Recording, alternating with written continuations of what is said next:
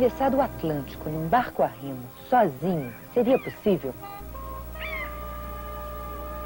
Está fazendo 2 anos que o brasileiro Amir Klink completou a primeira travessia da África ao Brasil num barco a remo. Pode parecer apenas uma aventura, um desafio à natureza.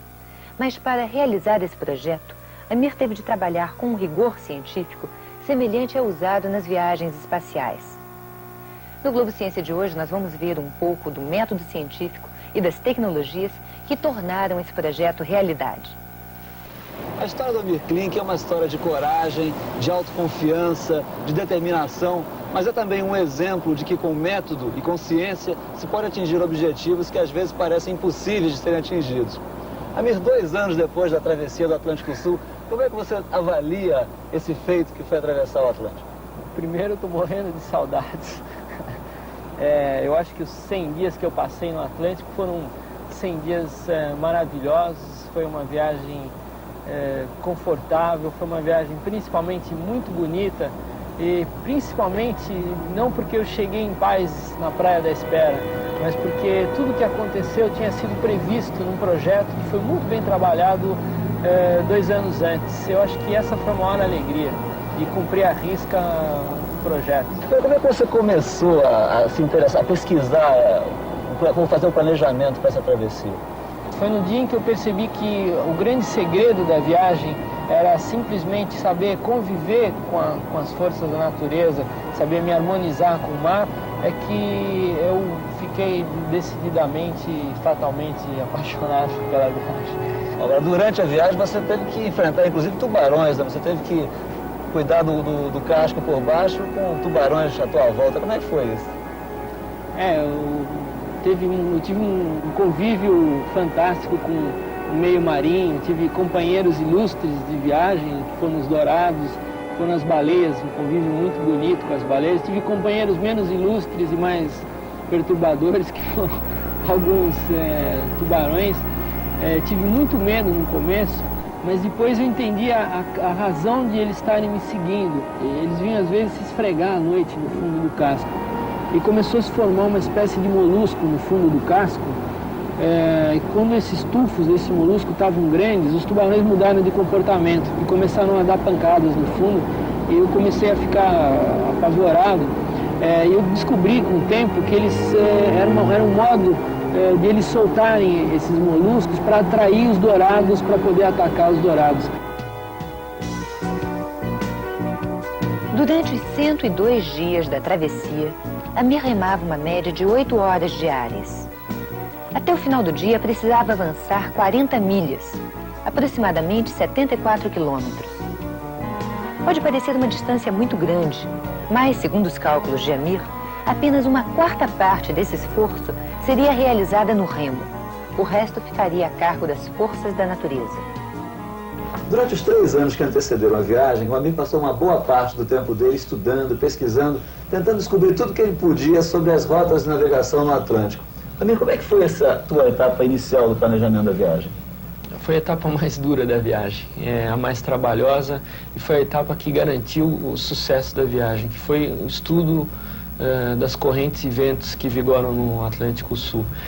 Foi esse estudo que me possibilitou definir a rota, porque eu não vim contra o Atlântico, mas sim a favor das correntes e ventos que vigoram no Atlântico Sul. Assim como os portugueses, quando chegaram no Brasil, quando começaram as grandes navegações. Então você vê aqui, por exemplo, Portugal foi importante na época dos descobrimentos, em grande parte pela posição estratégica em relação a ventos e correntes. Então o Atlântico divide-se em 2 rodamuinhos gigantes, o Atlântico Norte e o Atlântico Sul, que giram em sentidos contrários. E os barcos dos portugueses, assim como o meu barquinho a remos, eles não podiam ir contra as correntes e os ventos, eles eram obrigados a seguir, a sempre ter vento favorável. Então isso explica por que para ir para as Índias eles tinham que sair daqui, costeando a África, passar muito próximo ao Brasil, até encontrar correntes favoráveis para subir pelo Oceano Índico para as Índias. Assim como para ir para a América Central, eles iam sempre contornando esse regime de correntes, ou seja, eles saíam daqui iam para América do Norte, América Central e retornavam pelo Atlântico Norte. E as correntes marítimas se portaram como você esperava durante a travessia? Graças a Deus. Mas isso é interessante a gente ver, por exemplo, o caminho mais curto para vir da África para o Brasil seria partindo aqui da África do Norte para Natal. Só que esse caminho você vê aqui, em parte as correntes são favoráveis, mas em outra parte as correntes não são contrárias. Eu saí da Namíbia, no sul da África, e fiz uma curva assim para chegar até Salvador. E por que eu não vim em linha reta? Ou por que eu não saí mais do norte? Se eu tivesse vindo em linha reta, eu passaria num dos lugares mais perigosos do Atlântico para uma embarcação a remo, que é o centro de alta pressão. É esse miolo, que é um roda-moinho, e daqui eu não conseguiria sair. Foi aqui que desapareceram os 3 que tentaram antes. Se eu tivesse saído mais em direção ao norte, eu conseguiria atravessar o Atlântico, mas dificilmente tocaria no Brasil e iria para a América Central, e aí não teria nem água nem suprimentos para chegar ali. Definido o caminho que tornaria a viagem possível, Amir precisava de um barco adequado. Ele buscou, então, a experiência de travessias semelhantes. Zé Carlos, você já tinha projetado algum barco a remo na sua vida? Não. Barcos a remo normalmente não são projetados, são feitos. Vai ver que todos os barcos dos nossos caiçaras navegam bem dentro das condições específicas para as quais eles são feitos, mas não tem projeto. É tradição oral, passada de pai para filho, de construtor para construtor, né? Mas para enfrentar um meio ambiente tão hostil quanto o Atlântico Sul, como o Amir pretendia, havia necessidade de se colocar algo de técnica, algo de ciência no projeto do barco. Havia necessidade de um projeto. Mas você partiu de quê? Qual foi o marco zero desse projeto? O marco zero do projeto é o próprio Amir. Quer dizer, o barco a remo o elemento de propulsão do barco é o remador. Então a gente tem que fazer um barco adequado ao remador. Do mesmo jeito que você projeta um cockpit de carro de corrida para o tamanho do corredor que vai estar lá dentro, né? O barco do Amir foi projetado para o tamanho dele, foi projetado para as exigências dele, para o que ele queria nessa travessia do Atlântico. Para chegar ao projeto final, o Zé Carlos Furia produziu mais de 150 pranchas com desenhos de detalhes construtivos, plantas e gráficos de estabilidade do barco.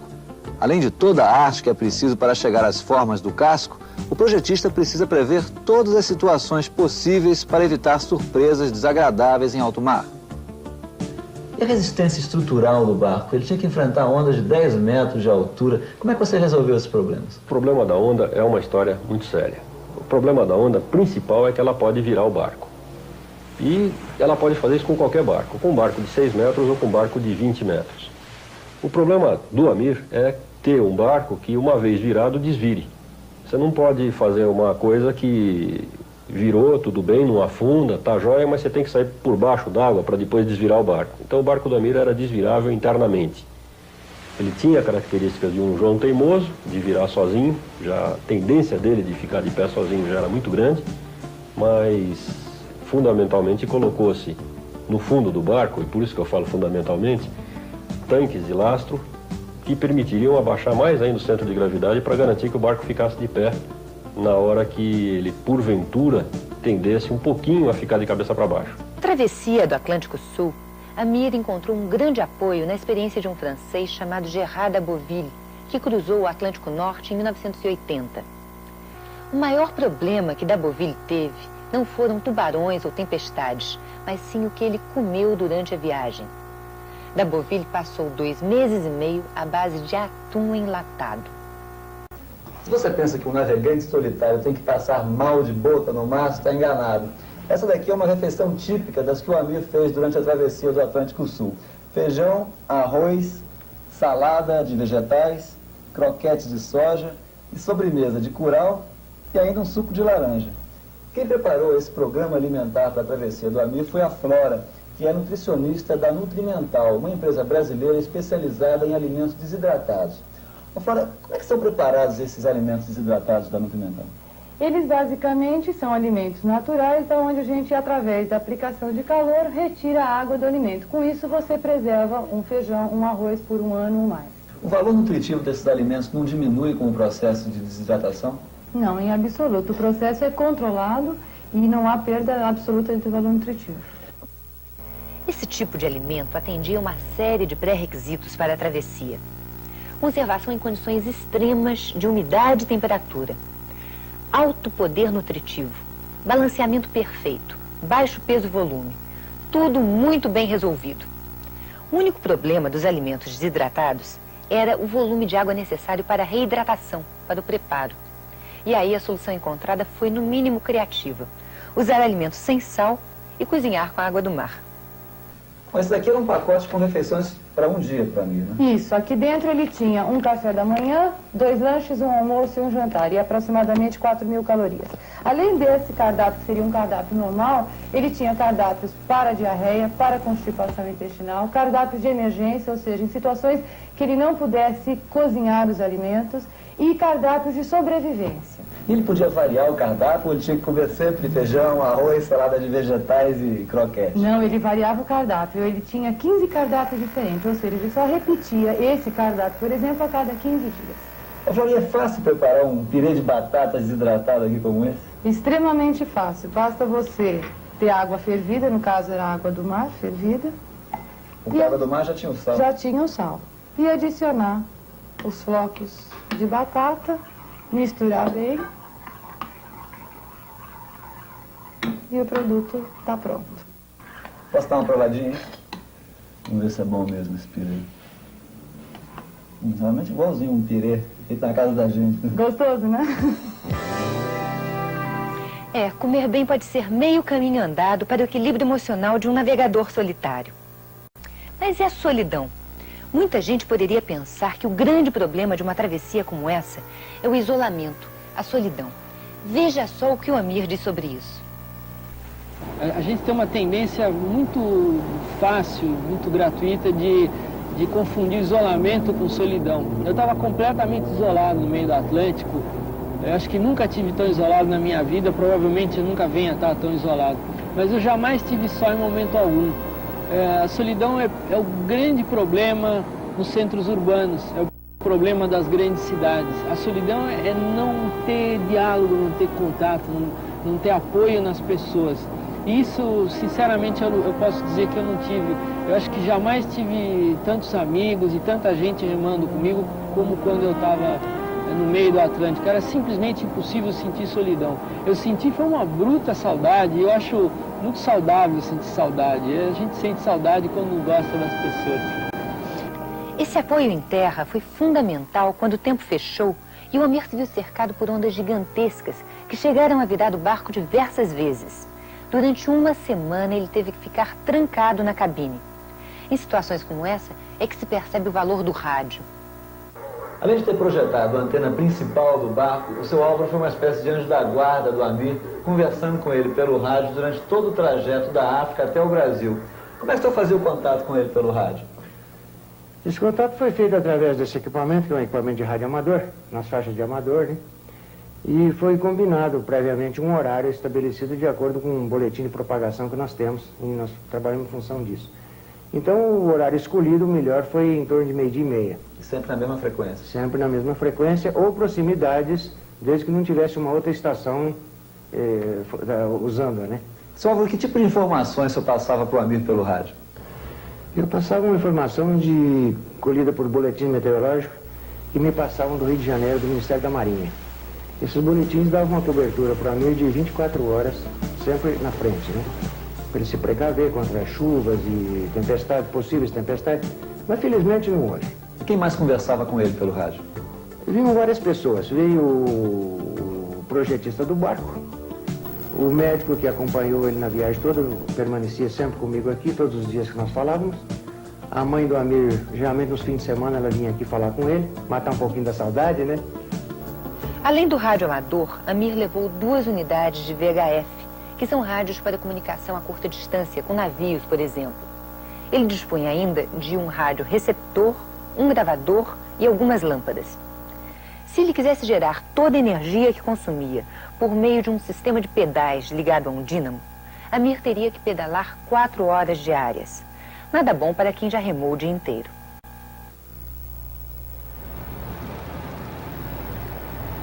Todos os problemas de energia do Amir foram resolvidos dessa forma, utilizando a energia do sol e utilizando células solares como essa daqui, que são fabricadas pela Heliodinâmica, que é uma indústria nacional aqui de São Paulo e que é a única do hemisfério sul que fabrica esse tipo de células solares.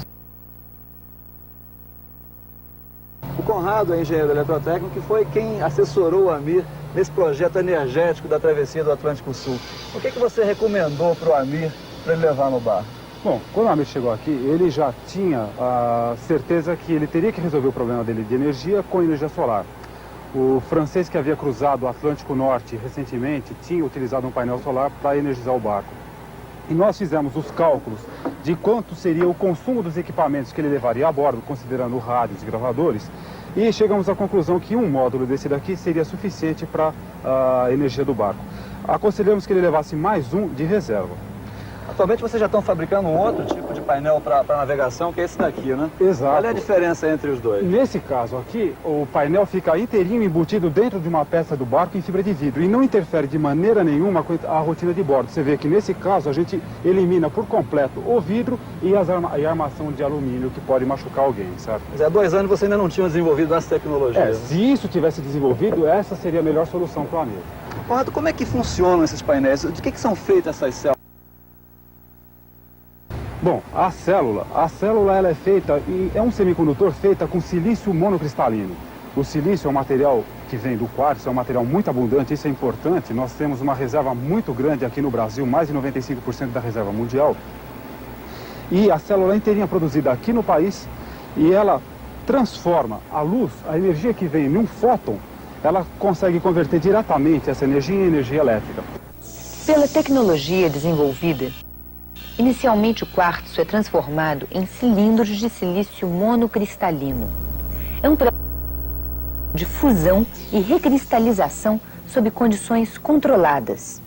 Depois do corte do cilindro em fatias, os técnicos fixam uma grade de metal que coleta as cargas elétricas geradas pela incidência da luz. Após a montagem, todo o painel é envolvido por uma resina que impede o seu desgaste. A energia solar é um dos recursos que poderão ter melhor aproveitamento no Brasil. A experiência de Amir mostra que isso é perfeitamente viável e ele já está pensando em utilizar a energia solar numa outra aventura. Explorar a Antártica sozinho num barco à vela. Amir, e teus planos para ir à Antártida sozinho no veleiro? Como é que estão os planos? Olha, o projeto da Antártica vai bem, é um projeto totalmente diferente da travessia do Atlântico. Mas ele é muito semelhante no espírito, ou seja, não é um desafio contra a Antártica.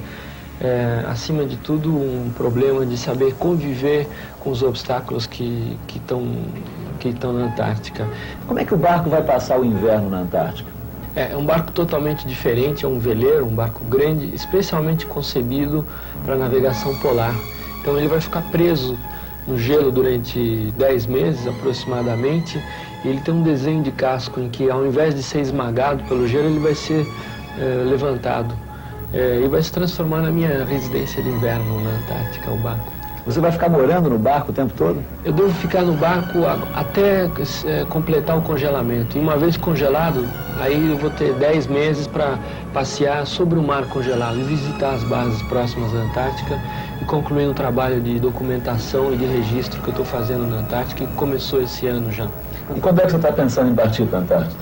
Eu devo fazer uma segunda viagem de estudos para a Antártica, talvez nesse ano ainda, e eu parto para invernação no final do ano que vem, e só retorno no próximo verão, quando ocorrer o descongelamento, depois de uma ausência de 1 ano e 2 meses. Quando antes disso, você vai voltar ao Globo Ciência para nos contar mais dos seus planos para a Antártica. Assim espero.